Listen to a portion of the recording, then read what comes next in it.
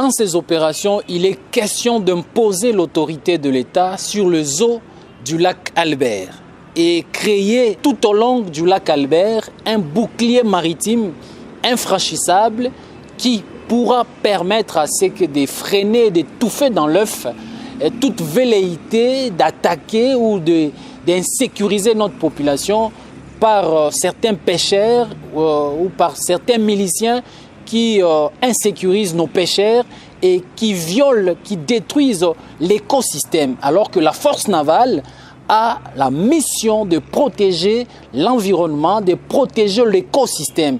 Voilà le chevet du commandant des opérations, gouverneur militaire, lieutenant-général Louboyan Kashamadjo. Et donc, ces opérations, c'est une réponse aux problèmes d'insécurité de la population lacustre du lac Albert, de Tchomia, de Sabé et tout au long du lac Albert. Je pense que ces opérations viennent donner une réponse exacte aux problèmes de nos populations. Ça fait longtemps que nous avons enregistré donc, le cri de larmes de la population congolaise.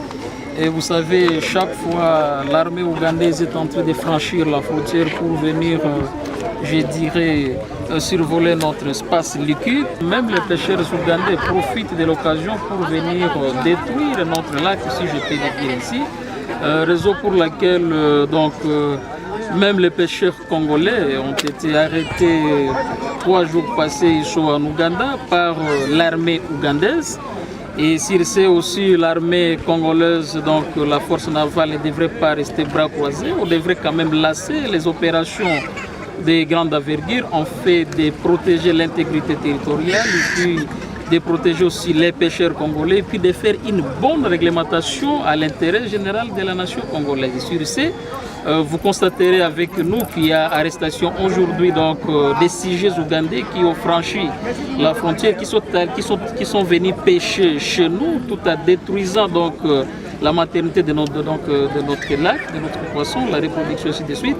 Et voilà, vous les avez vus vous-même, ils sont là avec leur matériel donc arrêté. Il y a 3 au bord et puis 7 personnes. Ça c'est le premier lot. Je pense que la force navale que nous encourageons, que nous félicitons pour le travail abattu. Et qu'à cela ne tienne, nous jetons de fleurs à son Excellence, Monsieur le gouverneur militaire de l'Ituri, je cite le lieutenant-général Denis Kashamadjo, le commandant des opérations, qui a soutenu la force navale en logistique et en tout.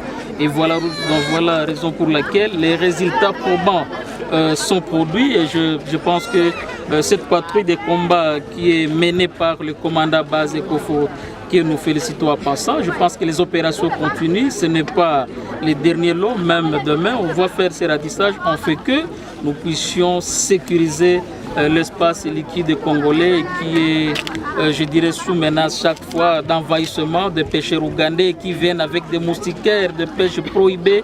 Et ils ont vu que le terrain vide est au Congo, raison pour laquelle, tel que je l'avais dit, on ne pourrait pas rester donc bras croisés. Voilà les opérations qui ont été menées. Je pense que nous encourageons une fois de plus encore l'autorité provinciale pour cette volonté de soutenir l'État congolais menant donc ces opérations et puis en protégeant l'espace liquide de la partie congolaise.